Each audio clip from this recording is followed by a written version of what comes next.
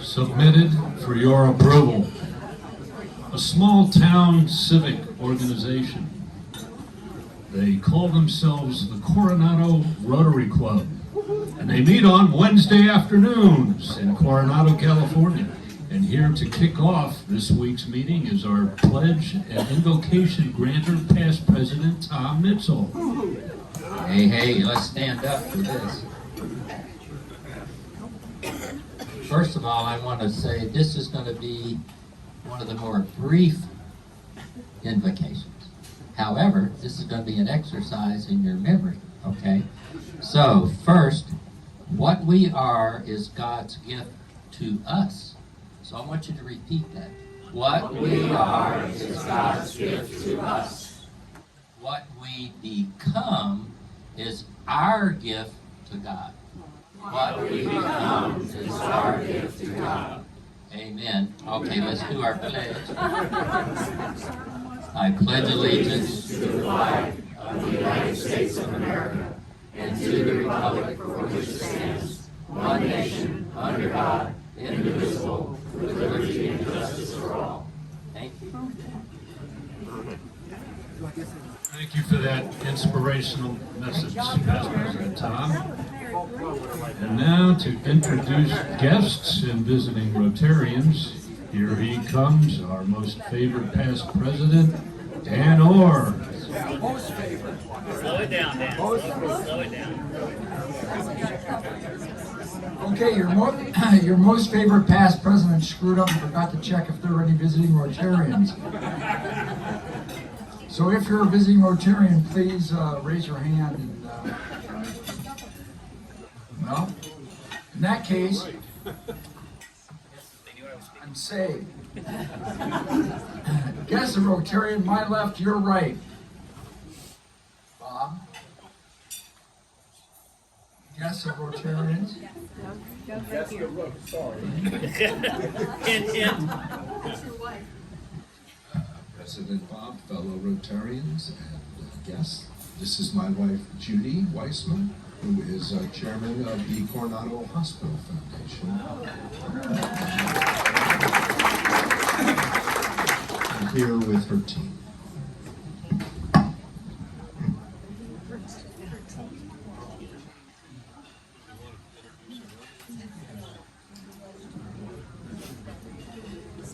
All right, this is a short one. President Bob, fellow Rotarians, I am delighted to introduce my special guest for my second time, Shannon Pavel, who has just accepted the director role for Coronado Hospital Foundation. Welcome, Shannon. All right, that it? I'm out of here. See if Shecky get your jet. All right, He didn't say it, but I've gotten used to saying, put a fork in it. Okay, and you Red Badgers, if you're a Red Badger, would you please stand now? And I will, as I read your name, you may wave your hand and then be seated. David Gardner, there he is. Brenda Jones, hey Brenda. Kathy McDonald, hey Kathy. Brian Smock, he's probably still at the Masters. Yeah, all right, well, we'll catch up with him momentarily. Marty Tribe, there's Marty. And Bob Weissman, we've already heard from. Welcome, you guys. Did I miss any? There's not much standing. Well done at the front desk. Okay, let's go to announcements. Next slide. Okay, coming up, Flags on the Avenue. This will be this week on Thursday, up at 7, down at 6, to support the SEAL Team 3 Memorial. Our alternate meeting is going to be on the 25th, 6 p.m. That's going to be a lot of fun. Tammy Sandke will be speaking and giving us in fact, I'm not going to say any more about that because I have a whole slide for that. Keep that in your back pocket. Rotarians at work, and I'm going to offer 30 seconds here for our esteemed Rainier. Oh, thank you. Thank you, President Bob. So fellow Rotarians and guests, we have Rotarians at Work 10 days a week. That's on Saturday. It goes from 8 to 12. We have it at YMCA Camp Surf, Sample Squall Academy, and here at the Coronado schools. So Jamie had previously sent out a registration link. If you haven't yet, please sign up. This is an all-hands event. And for those who are going to Sample Squall Academy, we are going to be having some carpools. We will be meeting at Sprinkles Park at 7 o'clock at the corner of 6th and C, and that'll get us to Sample Squall by 8. So if you have any questions, please feel free to reach out to me. I'll send out an announcement. Yes, ma'am? Rainer, if we signed up on the sheet that you pass around, Yes, that's great too. But I'll also send out another registration link for those who may have missed it, and I'll send out the instructions for the meeting points and the carpools. So thank you very much. Okay, thank you, Renier. Some of us are actually going down to Ensenada. Luann and I think Jane. Anybody else going on that trip? Okay, we're gonna have some fun down in Mexico doing our Rotarians at Work down there. Okay, now let's go to an expanded look at the alternate meetings. This will be exciting, excuse me. Past President Suzanne Pop will be presiding, and Tammy will be speaking, and she'll be covering everything you ever wanted to know about creating an estate and making it work for you. So if you want to hear that, sign up. $20 on Thursday the 25th. Starts at 6, and adult beverages and pizza will be served. Next slide, please. Okay, if you enjoyed the music competition club-wise, and then at the Wind Room a couple weeks ago, you'll definitely want to go up to Carlsbad and see the district finals on April 20th. And if you want any more information than that, it's all up here, but it's also duplicated on the district website. Okay, next slide. Well, I tell you what, I was excited actually to see Dan Gensler come join us today. Dan, we've done so much in our hearts over the last week and a half, and it's just, I know everybody that had a chance to see you today was really buoyed by having you. So I think you said you wanted to say something. Thanks, President Bob. I just want to say thank you to all of you. The kind messages, text messages, the cards that you sent, the heartfelt cards, the prayers, and the prayers that continue to come. The love that I felt from all of you in the room. This was a surprise for Chris and I when the diagnosis came in January. And I wouldn't recommend chemo to any of you. But I have to say the love and the support that we've received has been overwhelming. It's, I don't know how to say thank you. It's just really touched our hearts. And we're so grateful for all of you, and thank you for that. Thanks, President Bob. Well, as you know, we have this meal train set up, so before you think it's too much, you might want to see what it tastes like. I'm proud to say as a club that all the dates going into June have been filled, so thank you all who have volunteered and signed up to provide a meal for Dan and Chris. Okay, next slide. Spring fashions are on sale, and they're out there right now. Be fashionable for the spring. See Sue and Marty, they have some great stuff. Okay, next slide. If you're interested in the lifeblood of Rotary, which is membership and growth, this is a great district training opportunity. And it's easy just to zoom into it. You just go, you register on the district site, and it's on a Saturday, so get a cup of coffee and enjoy that. Next slide. A couple of save the dates coming up now. Low Tide Ride and Stride is on the calendar now. They've had their first organizational meeting on Monday, and we're off and running. So June 23rd, put it on your calendar. And do we have? That's a different slide. Okay, good enough. All right. Oh, got it. Next slide. Okay, and we're also scheduling now the Imperial now wine tasting event for September 6th, so put that one on your calendar as well. Next slide. Okay, let's have a little fun. Happy anniversary, Suzanne. Where are you? Well, please come up and join us. So we do want to play a little trivia here if we can. Let me look at this first. Suzanne. Well, I'll be happy to audible these for you. So the first question is, what is your induction date? April 20th, 2004. 2004. So this would be your 20th anniversary. 20 years. Okay. And do you know why I wanted to tell you one little thing? My very first, when you come in and you're a guest, so you don't really know the procedures. So Dan the man was the president of the Rotary Club then. You're getting ahead of yourself, but that's okay. Well, and then I learned he was the second president to shave his legs. So, and then Suzanne And Pop. we're hoping it stays that way. And Trivia then question, Suzanne. who was the first? Trivia question. Who Oh, was the first? Suzanne Pop. Then who was the third? Mary Griffin. Yeah. You're missing, who was the first, or the third male president? The second male president shaved Who's legs. running this trivia Was contest? You'll get the microphone in a minute here anyway. So. And then Suzanne Pop at this meeting threw a roll at Dan Orr, and I said, "This is the club I want to belong to. This is my tribe right here." So who was your sponsor? Well, Doug Weisbarth was like a co-sponsor, and Deanne Tiffany, who's a lovely artist. Okay, and we've already established that Dan Orr was the president. Is that your final answer?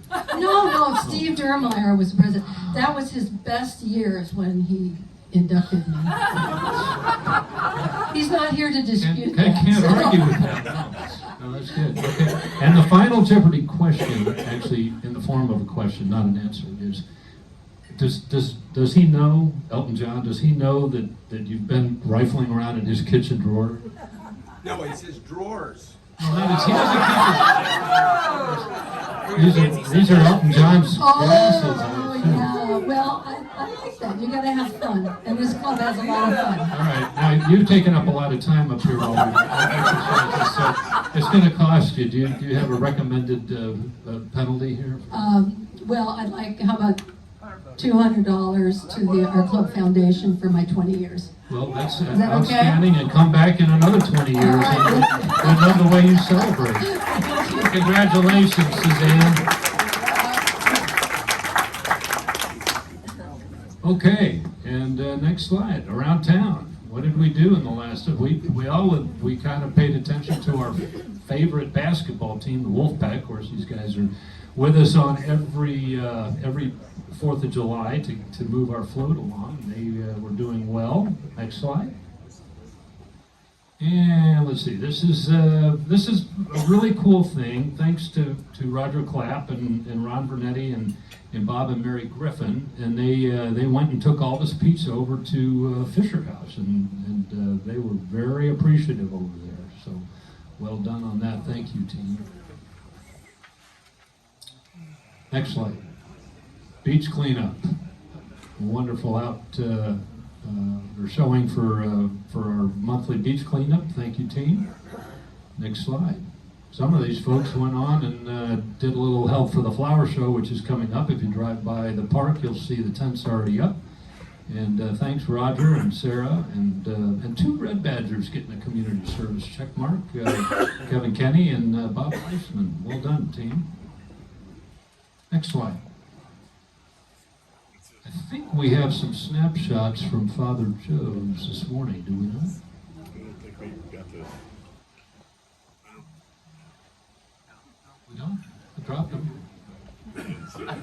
Well, it was so early that there wasn't enough light to take the photos. Okay, that doesn't pass the 4-way test. In fact, there were tons of photographs, and they were all.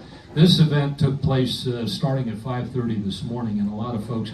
Can I ask the people that participated in that then to stand up so we can see what it's like to burn the candle at both ends? They've all been up since 5. we're past earlier than 5 o'clock, but I think the carpool left at 5:30, if I'm not mistaken, and we will get those photos in next week if we can. We're going to have the speech contest next week, but I'll try to have those on a loop. Anyway, the second piece of this is that Ron Bernetti, who's one of our most esteemed contributors to the wellness of this whole community and the expanded community around Coronado, has a seat, or has a table for 10 at the gala on May 18th.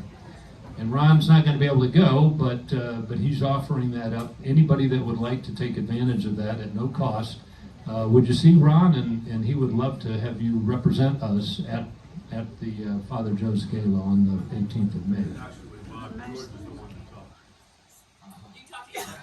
Okay. Tag team. All right. Do you want to say anything more about that, Georgia or Ron? I know I did my Who Am I a couple weeks ago, and I told you I was. And Wait, get the mic.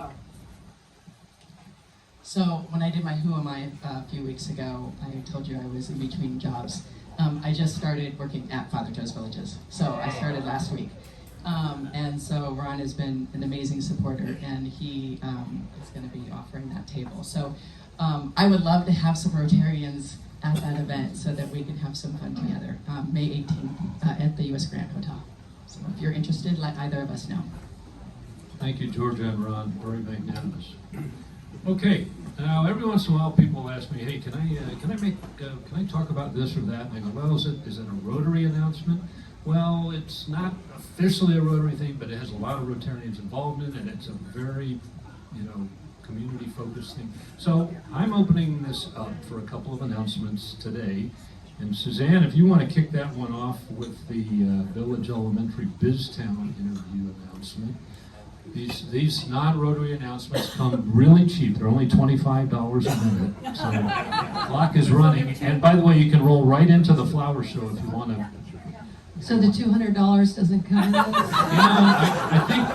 I think we will, actually. I think as a dividend, you are allowed 2 minutes to talk about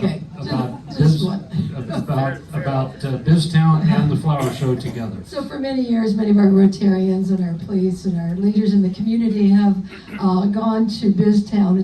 We interview 5th graders to get a job. So they come in and we just interview them and talk to them, and they tell us what they do and why they want the job. And it's a really fun thing. These kids are just so great to be around 10-year-olds.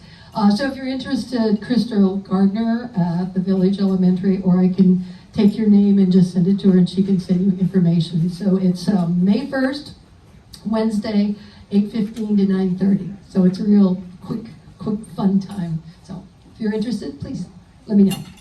Thank you, Suzanne. Okay, we're gonna go into a real exciting presentation now on Crown Fellows with our good friend Jane.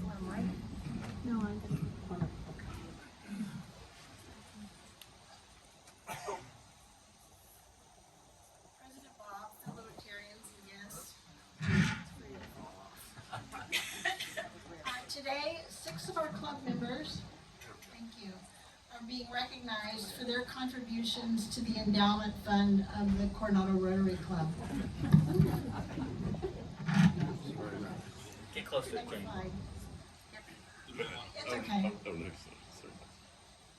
So this fund grows from the donation of our club members, and also some of the proceeds from our fundraising events are given to the fund. Annually, we take a 4% distribution of the fund balance, and this is used to support causes within our community. Last year, the amount of our distribution was $17,000, and our distributions to date have totaled $164,000. So you can see today the balance in our endowment fund is $646,000. And then by our 100th anniversary in March of 2026, our goal is $1 million. And when we reach that level, 4% of that is $40,000 that we would get on the $1 million every year. So think about that over the next 2 years to try to help us get it up to $1 million. And I know we can do it. We've made great progress just in the past year. Next slide. Next slide.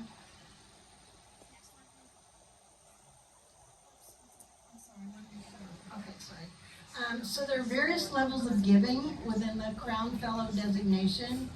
There's the level 1 Crown Fellow with donation of $1,500, and you receive the gold 14-karat gold pin. And then there's the level 2 Crown Fellow, $5,000, and you receive a banner with 1 diamond chip on it to put with your pin. Level 3 at $10,000, a second diamond is added to the banner, and then a level 4 at $25,000, a third diamond on the banner. Next slide. So today we're going to honor our newest Crown Fellows who have contributed at least $1,500. So would you please come up, Carol McClellan, Karen Laidline, and Paul Laidline.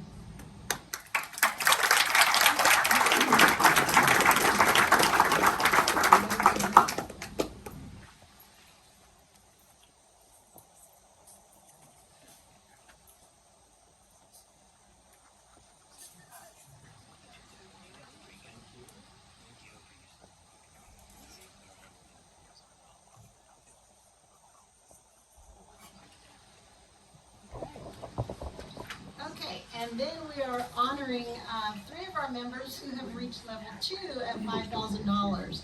So Fred Eckert, Jim Kaufman, and Tom Mitchell, will you please come up to receive your badge?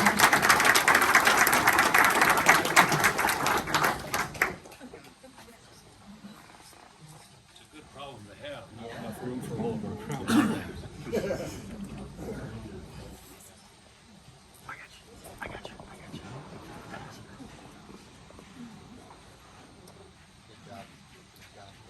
Okay, so now, here, Come forward from behind the banner. oh, we need to go forward or put the banner back? Either works.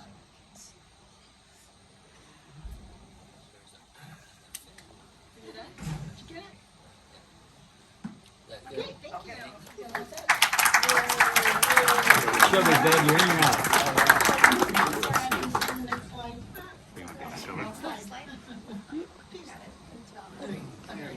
And then the next slide. One more. Oh. So we now have 35 Crown Fellows. So just thank you so much for all of you who have contributed to the endowment over the years. And there are some of you who may be well on your way to becoming a Crown Fellow if you've made contributions to the endowment in the past years. So if you're wondering where you might stand level-wise, let Jamie or me know and we'll figure it out. So thank all of you.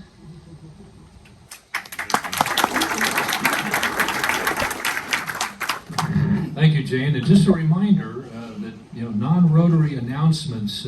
Come see me. $25 a minute goes straight to the endowment fund, and I don't discriminate. You can talk the whole time if you want to.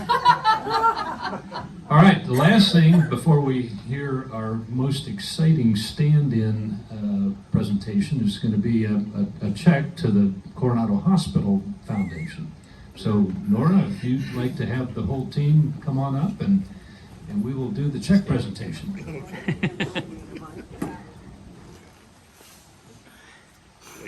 Of course. Thank you, President Bob, fellow Rotarians. I just wanted to introduce the wonderful Sharp Coronado Hospital and Coronado Hospital Foundation team. We have Judy Weissman, our esteemed and very, very, very capable leader who and she was instrumental in finding my replacement, Shannon Pavel. Shannon, congratulations. And we have our very own Sharp Coronado Hospital executive, Pod Benjalil, who is our COO, CFO. So he knows the answer to all of the questions, clinical, construction, all of them. And thank you to everyone in the room who serves on the Coronado Hospital Foundation board, in addition to all of the many donors. both Rotary and Coronado Hospital Foundation. Thank you. Okay. I'll talk while she's presenting the check. It's on behalf of the Coronado Rotary. We're delighted to be able to offer this this grant of $12,500 to the Coronado Hospital Foundation.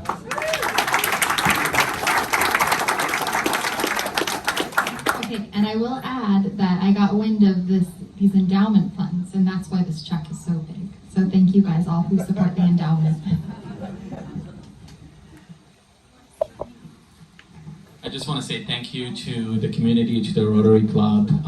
This hospital was built by the community, for the community, and it's still here because of the community. And we're looking forward to the next 30 years of the hospitals for the community. So stay tuned, more to come, but we're very excited about the future of the hospital. So we'll be sharing some information very soon.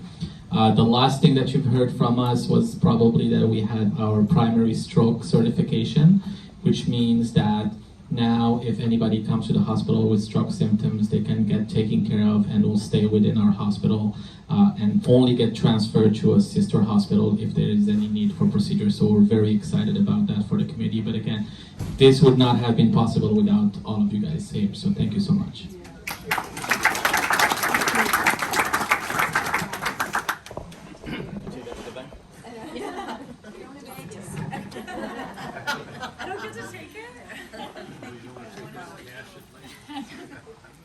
Well, okay, so today you get to a bird's eye view of how we do business in the Coronado Rotary when things change.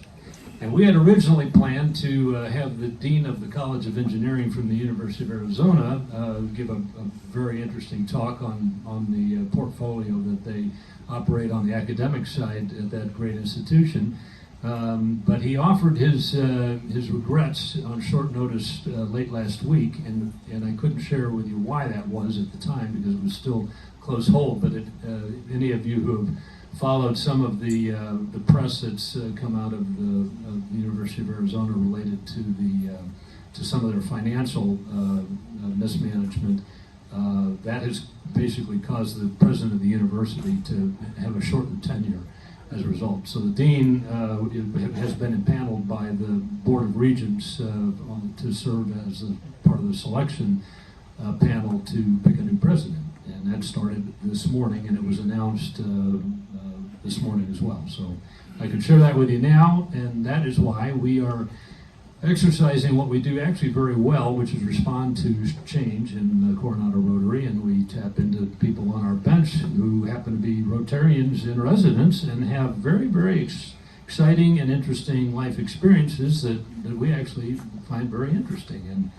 And so such is the case today because past President Bill Sandke, who's actually, I think this is the second presentation he's given in the past 2 months, because he did address the alternate meeting with an exciting and interesting presentation as well last month.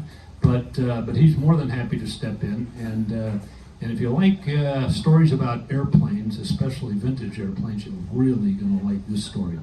And he is going to tell us about a visit that he took to the United Kingdom, and a little walk through the Imperial War Museum at Duxford, and then some chatting about how we keep Spitfires. I think that flying today, is that correct? Okay, at another airfield in the UK where they originally flew out in support of the Battle of Britain. So with no further ado, I'm going to turn this over to past President Bill Sandke and simply say thank you, Bill, for stepping in on short notice, and we look forward to your presentation.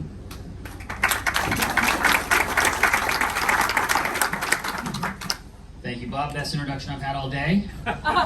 Just to close a loop on an earlier comment, the other past president who did shave his legs, the male one, was one trying to avoid the roast committee bringing him to the stage for his roast, Mr. Dan Insler. He put on a dress. We couldn't find him. He came as a visiting Rotarian dressed like it's one of the classiest things the roast committee's ever had to participate in. Hey, Bill, I tried to get a date with him. And you succeeded, I think. No love, no love. Anyway, for those of you who came, thank you very much. I hope appreciation for aviation is important for this program. If you don't like airplanes, there's a back door there, a back door there. And for those of you that are seated over here where you can't see the screen very good, this is a very visual presentation. I have two fast-paced 2-minute slideshows and 2 3-minute videos that I will share with you during this presentation today. It has 5 elements to it. The first part is Duxford and the Historical Museum there, and my coming to Duxford, how I ended up back there, having been there first in 1977. We'll take a look at the American Air Museum, which is at Duxford, and it's a hangar specially built, and it has more airplanes in it than a can of sardines has sardines in it. It's quite amazing. The British Air Museum is also a hangar we'll visit, and then finally, keeping history flying is something that is tremendously culturally important to the British. Their visceral experience during World War II is felt today when you go to the War Museum. The Battle of Britain Air Show, which I attended over a 2-day period in September of last year, really brought that home for me. The spiritual connection that this generation has with the previous generation. There's even a slide in here of 4 guys who flew Spitfires and Hurricanes just walking down the street like this. And they're not heroes. And you talk to them, they aren't heroes. They just simply did their role. The Battle of Britain was only a couple months long. And actually the biggest aircraft winner of that time was the Hurricane, not the Spitfire. But of course the Spitfire gets all the press. And that, at the conclusion of my remarks, will be, I'll take you on a 3-minute ride in a Spitfire, which actually bills out, if the 3 minutes bills out about $1,000 a minute for the video, which is what it costs to fly in that thing. And that money goes to support the creation of maintenance programs and historical presentations that fulfill the need to keep these planes flying. There's about 70 or 80 of them still flying. They're nearly 80 years old now, and the people who work on them, you'll see some slides of those folks, the people that fly them, are just absolute gems of individuals.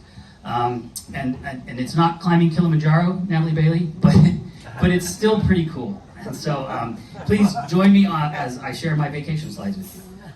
Flying over the English countryside, Duxford, which is the RAF base that was very close to where we lived while my father was stationed at Mildenhall, England, from 1975 to 1977 for his command tour at the Naval Air Facility. I was in 6th, 7th, and 8th grade, and the school I attended for 7th and 8th grade is the same teacher that the same school that the Lade Lines taught at in England.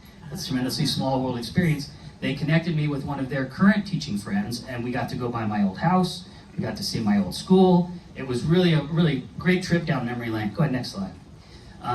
The Imperial War Museum has 3 parts to it. There's the war chambers downtown in London that Churchill operated out of. There's another airfield, and then there's Duxford. So this picture is my first foray into aerial photography. I'm leaning out the side of an open cockpit T-21 glider, and I'm looking down at Duxford. Now you're going to see in one of the slides later, this DX and the hangar is exactly the same as it was. This plane with the yellow stripes is still there. There's a couple airplanes that are still there. All these hangars still have work in them, and the bigger hangars here and here, they're newer construction, have been expansions of the museum over the years. So this is 1977, and I went back last year in 2023. Next slide. So this cute little blue thing here is Bluebell. I'm at the controls of that glider, and I'm about, 10 or 11, 12 years old, give or take. That's the other one of the 2 that were part of the glider club. Another odd Coronado connection here. Crown School, my 5th grade teacher was a lady named Nora Wenz. Anybody go to Crown School and know Nora? Okay. Did you know Nora? You knew Nora. You talked with Nora. So Nora's brother, Rich, was the head of our youth center at Mildenhall. And he was an active participant in this glider club. So said, hey, would you like to come out? I said, yes, and I went a couple times. It's a great time. Small, weird, real world small world connection for the brother of my 5th grade teacher is now taking me to gliders. Next slide, please. So the Battle of Britain Air Show took place over a weekend in September of 2023. They have 3 special events during the year, and then on any given weekend, you can go to see the museum, and they'll have 2 or 3 planes flying depending on what's going on. It's a very active place all summer long. In winter, they button everything up. They've got big giant hangars. They do maintenance on all the aircraft, whether it's rebuilding engines, working on wings. In the last slideshow, you'll see some maintenance slides of guys working on these things, breaking them down, taking all the cables out. I mean, they really take great care with these things. Now, the one I flew in had an instrument panel that shook like this. And you'll see in one of the videos, I kind of grab it to hold it to make sure it's not going to fall off, and it did. But anyway, they do show their age a little bit, but they're awfully fun. Next slide, please. So this is the first slideshow, right? I think it is, yeah. It's 2 minutes long, it's quick, and this is a picture of all the pictures that all the aircraft that were along the flight line, some crowd shots. Over 33,000 people attended this show over the weekend. So please enjoy 2 minutes of some really cool aviation pictures.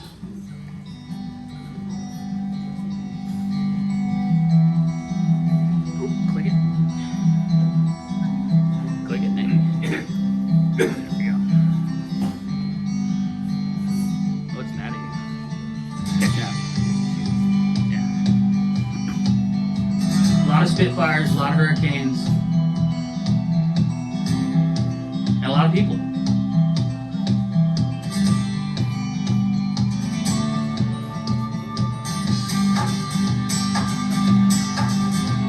That's why they called it the Spitfire.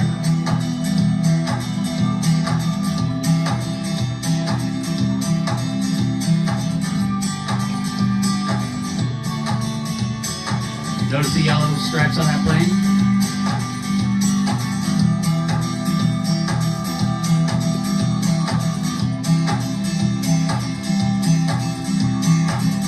Tiger Moth, we'll go flying in that one later.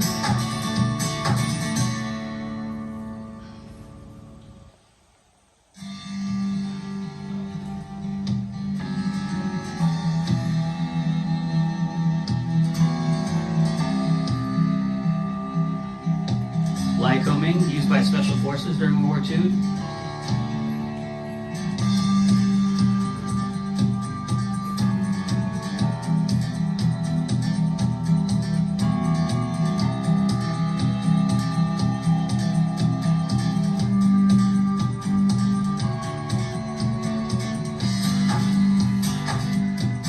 You saw the DX, same DX, nothing changes.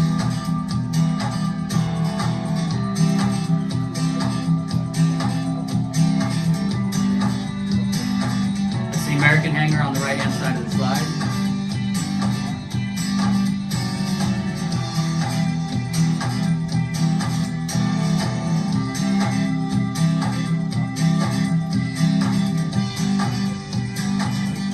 Unique wing shape of those beautiful Spitfires. First jet operational from a carrier for the Brits there.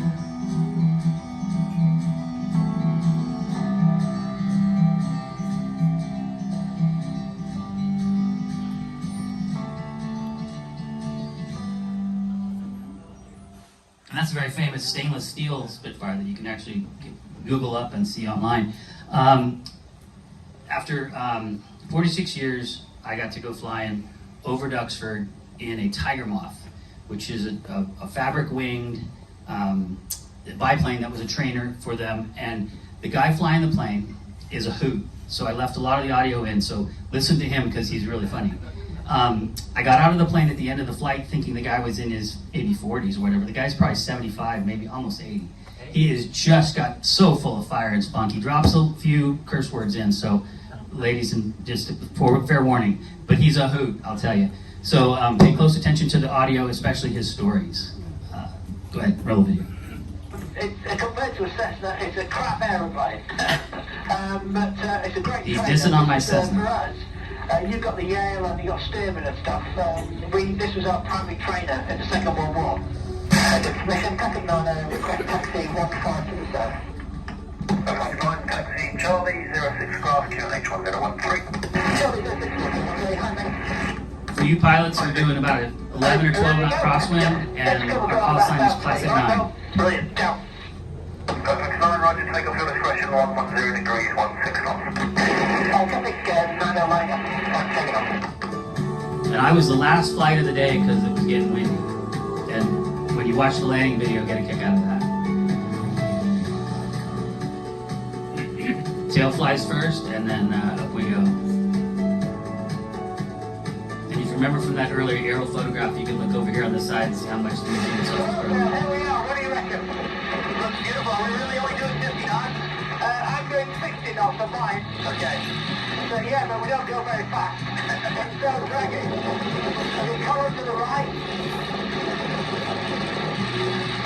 That's right, go wing travel. Right now, you've read about, if you get your theory about adverse yaw, hold the nose up, you've got to keep the nose about like that. That's a straight and level attitude, okay? Okay. Take your feet off the pedals, right? Yeah. I'll take mine off and try and turn left. Oh, wow. Notice we turn right. Right, feet on the pedal. Squeeze on gentle left turn. Just get the feel of it, hold in the nose, that's great. Keep it like that, now, perfect. Hold it like that, now squeeze on a bit of right rudder. Okay, hold the nose up, good. And recover, lead with a squeeze on a bit of left rudder. Lovely. See what I mean? It's the finesse. Yeah, it is. It's not, you know, you're not kicking a hole in a bucket. You know, right. It's not a movie, you know, John Wayne crap. It could be in a museum here, Bill. None of this John Wayne crap. 1970. Oh, wow! I haven't seen this view since 1977. Yeah. Changed a bit. Traffic 5 coming down, please. Right now, thank you, very quick. 5, Roger, report 1.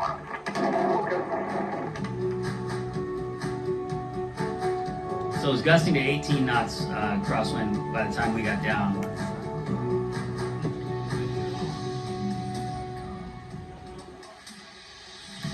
Tender little thing.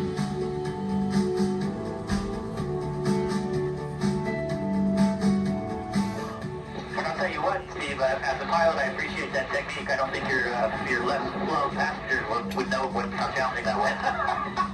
Well, you'd love it, so it was a display, and all the Hamlet aircraft were lined up, and it was horrendous, much worse than this. And I'm thinking, shit, I'm going to land this thing. Well, the audience is Yeah, and question 110 degrees. and anyway, so and all the guys are hanging, and all the guys are hanging onto their aeroplane, and as I turn round, all the pilots give me a round of applause. There you go. And the guy in the front went, fly out! It broke that landing, what you know the one's like. As only a pilot can appreciate the people watching you do your landing. That was a real treat, and Steve was a real cool guy. Next slide. The American Air Museum has everything from a U-2 to a B-52 to an F-4. There's a lot of World War II bombers in there, and go ahead and advance the next slide. It's quite amazing how close you can get to these aircraft because it's a 2-story hangar and there's a deck you walk around. But you're basically walking around underneath these things, and they must have packed way too many. I mean, it's really amazing how they fit them all in there. You got World War II aircraft, you got the SR-71, there's U-2, next slide please, hanging from the ceiling. Any F-4 drivers in here? That airplane got a lot of attention from the folks in there. Next slide please. The very famous B-17, who's watching Masters of the Air? Anybody watching that beautiful story about the World War II bombers that flew from East Anglia, these same bases? The folks that were smart in the Pentagon thought that bombers with machine guns on them could win the war. And 2 years into the war, they figured out that wasn't working very well because we were losing a lot of people. They came up with the Mustang, and they flew the Mustang with these guys, and the Mustang didn't have the horsepower or the turbocharger to get to the altitudes the bombers had. They put the Spitfire engine in the Mustang and turned it into a real airplane. Changed the war. So it's funny, when you hear both planes flying by, they sound completely different, which has more to do with the propellers than anything else.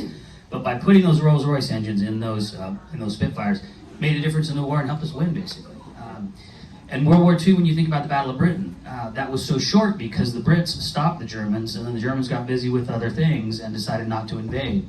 So if the Battle of Britain hadn't happened, perhaps the Germans would have invaded Britain, which would have been a whole different outcome, I think, for the war. So being a part of this is really, really cool. Next slide, please. Again, just really cool airplanes, all American airplanes. So there's a reverence for America that's really, really cool, but of course they also appreciate their own aviation. But British aviation designers work differently than American aviation designers, and you'll see some examples of that soon. Next slide, please. British aviation has a penchant to put their air inlets on the wings of their airplanes, like right in by the body of the wing and the airplane. Go ahead, next slide. And they also do weird things like put 3 engines on a 2-engine airplane.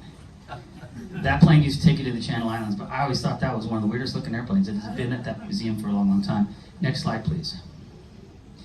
The Gannett, a very famous ASW aircraft with 2 props that spin awkwardly differently directions to each other to take care of flying. That flew for about 10 years, a very popular airplane. We had one in the US at the very end of World War II that we tried this with and gave up on it pretty quickly, but the Brits are kind of pig-headed. They said, we're gonna make this work. And they did, like I said, for 10 years. Next slide, please.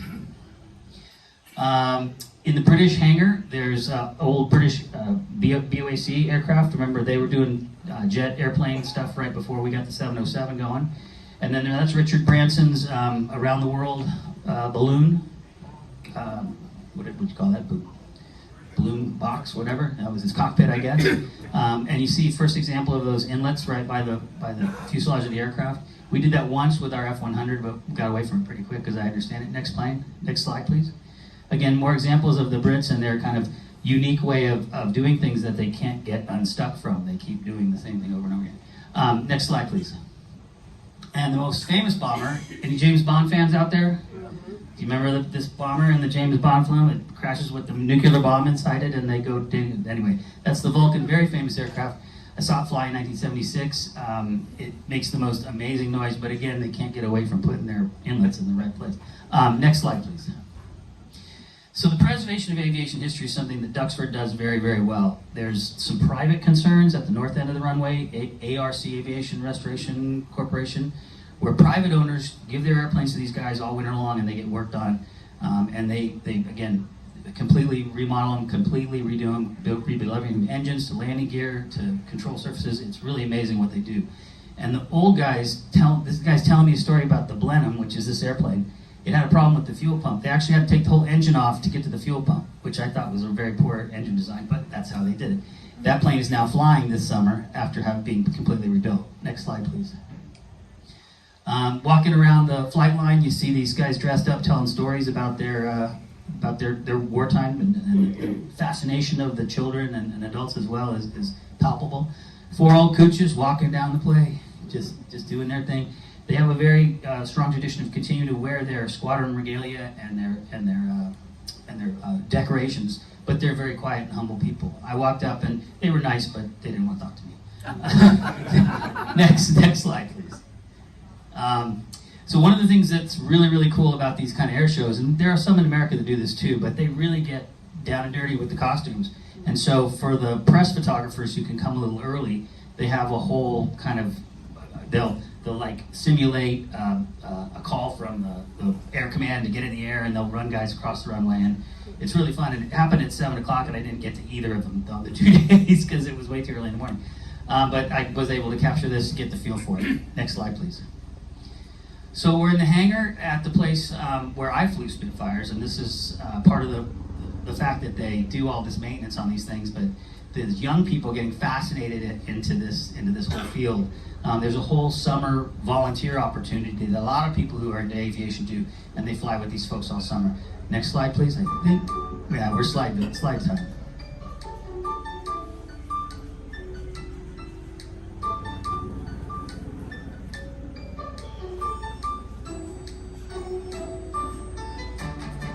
From the movie, Memphis Belle.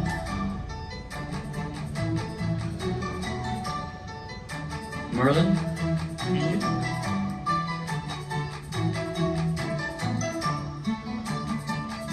All new metal fabrications for wing spars.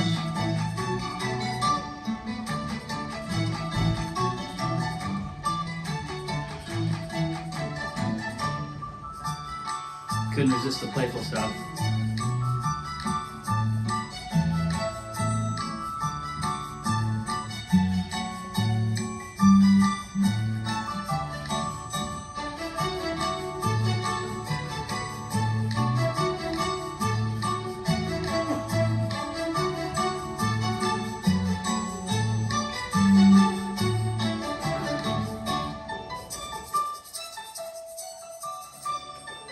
Very rare formation flight with a B-17 and a B-24 Lancaster.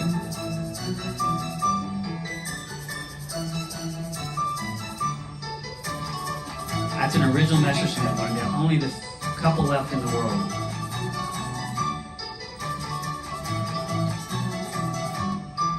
One of the coolest lines in military aviation.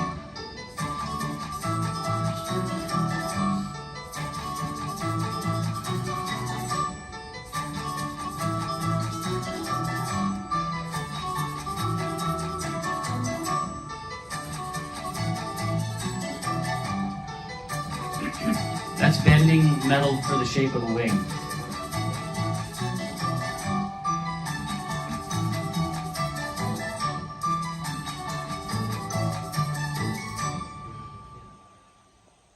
So most of these aircraft are privately owned, and they have guys fly them, or some of the pilots are themselves. Okay, I'm in my hotel in Cambridge, England. It's Tuesday morning. I'm supposed to fly the Spitfire on Wednesday, and they call me up and they say, hey, it's going to be bad weather tomorrow. Can you get here? Now I'm 2 hours north of London, and Biggin Hill is an hour south of London. So it's 10 o'clock in the morning when I get the phone call. By 1:30, I'm at the airfield. A train from Cambridge to London, another commuter train from London to I mean, you gotta love the public transit in Britain. Anyways, fantastic. So the aircraft I'm gonna fly is this Grey Nurse. They have 2 Spitfires that they were running that day. Again, original 1943 aircraft. They're flown quite regularly with great maintenance and with great care. So I think, do I have any pictures for this? Go with this one and we'll see if the video's next. Okay, so a lot of those maintenance shots you saw were inside this thing they call the Heritage Hangar. And the guys moving the aircraft around on the side are actually employees of the Spitfire operation. For a little bit less money, I could have flown a P-51 Mustang. But this was a 60th birthday present to myself that I sort of looked at doing back in summer and said, hey, you only live once. So I have this now in my logbook. Please join me for a 3-minute ride. I did my best, since I knew a camera was on me, to have my Top Gun Maverick face the whole time and not freak out. So I didn't play the camera at all. But there were 3 things that I remember. The most visceral one was when they started the engine. And there's a sensory overload. The plane wraps around you, it moves, it shakes, it smells. It's nothing like nothing I've ever done before.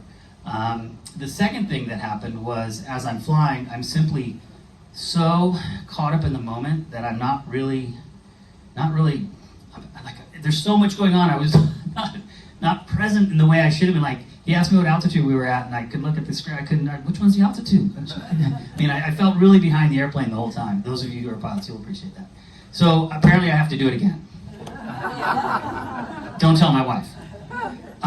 Anyway, so I think the next one is, the video. This is 3 minutes long, and I'm talking to this guy. He's prepping me for my flight. His name is Fish. You'll see me call him by name. And again, 3 minutes. Enjoy. Thank you, Fish. Come on, computer.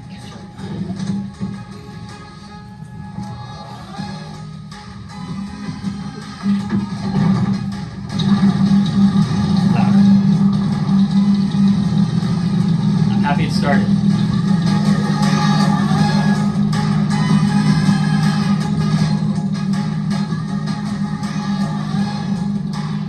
And this is an airport that's also a commercial airport. You see some private jets coming in and out.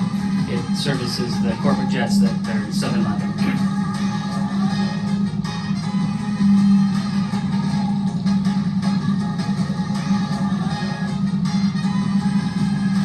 My nonchalant Top Gun face.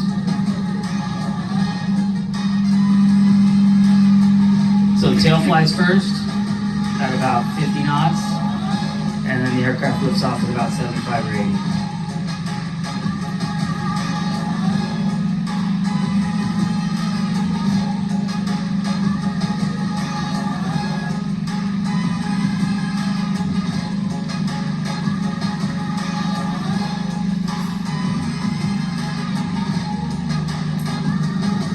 About 15 minutes of turns and straight level, and then my pilot took the plane and we did some victory rolls, which are actually quite fun. The plane handles less tender than the Tiger Moth, but it's quite responsive.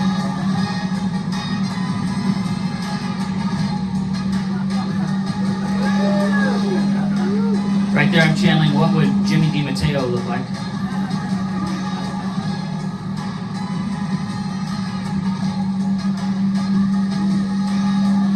As opposed to a loop, that's kind of a 1G roll. I'm not feeling a lot of pressure. We're joined by another Spitfire. You can see him off the right-hand side there.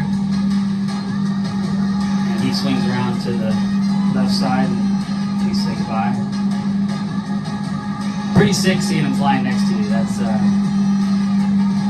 quite a sight. And on our way back to Biggin, we roll one more time.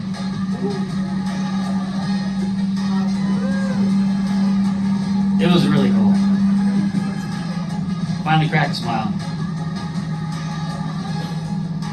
And the other pilot who was in the other plane had to view this video to see how my pilot did with the crossway. They're a very competitive bunch. Computer's not quite keeping up with the video all that well, but that's all right. I think you get the picture. Live to tell the tale.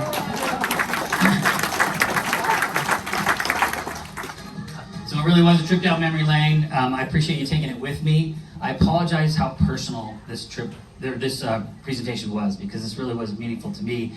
And I put it together in about 7 hours when I got called to do this, and it was some work I probably should have done a while ago when I got back from my trip. So I really appreciate the opportunity to speak with you all today. I'll take a question or two, but go ahead, Fred. And did you get to do any moments or loops? No. The only loops we did were the victory rolls. There is a T6 Harvard you can fly and do a little more aerobatics. Go ahead, if you're interested. I'm going up to Sacramento this summer to do the same thing, actually. Tom Cruise, eat your heart out. No. Bill, that was fabulous. So I really appreciate you letting me share that. Thank you.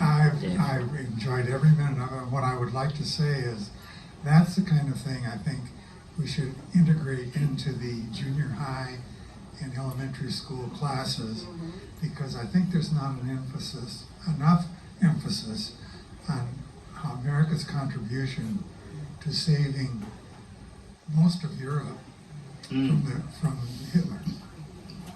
Thank you, Dave. That's really thoughtful. Anything else? All right. Oh, go ahead. Thanks, Jim.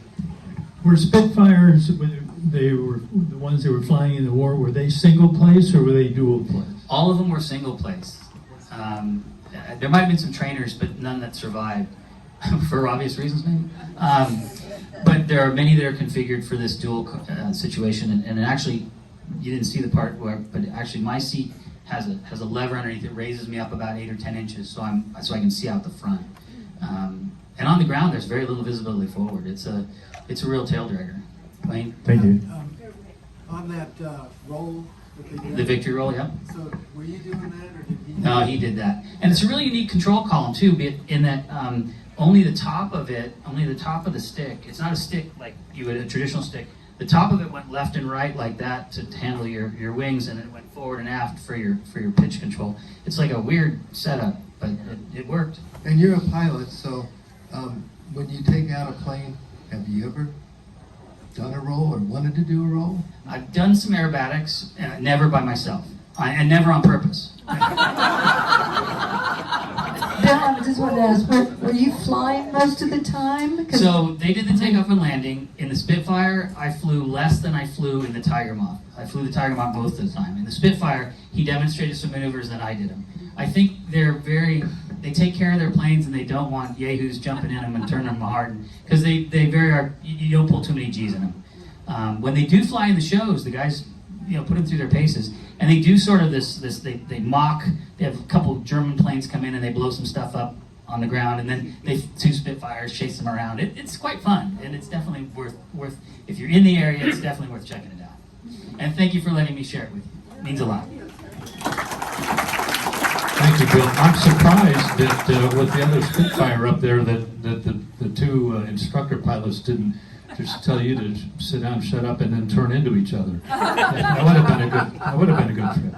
Anyway, on behalf of your own club, I want to once again to thank you for stepping up. And I, for one, of course, I love airplanes. Spent my whole life either flying or developing them, so I liked it a lot. And so, for those of you that were more interested in having a presentation on the latest insurance policies and whatnot, we'll take care of you in coming weeks. Anyway, with that, I want to next week a little different pace. We're hosting the district speech contest, four-way speech contest, which is a great honor, by the way, to host it in our club, and we're going to be doing that at the Coronado Yacht Club.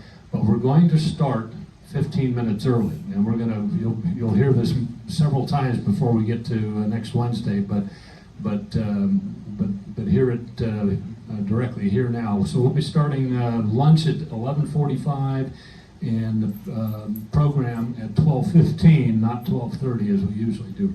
It should be a great event. So in the meantime, please go out and have a fantastic Coronado Rotary week, and remember, service above self.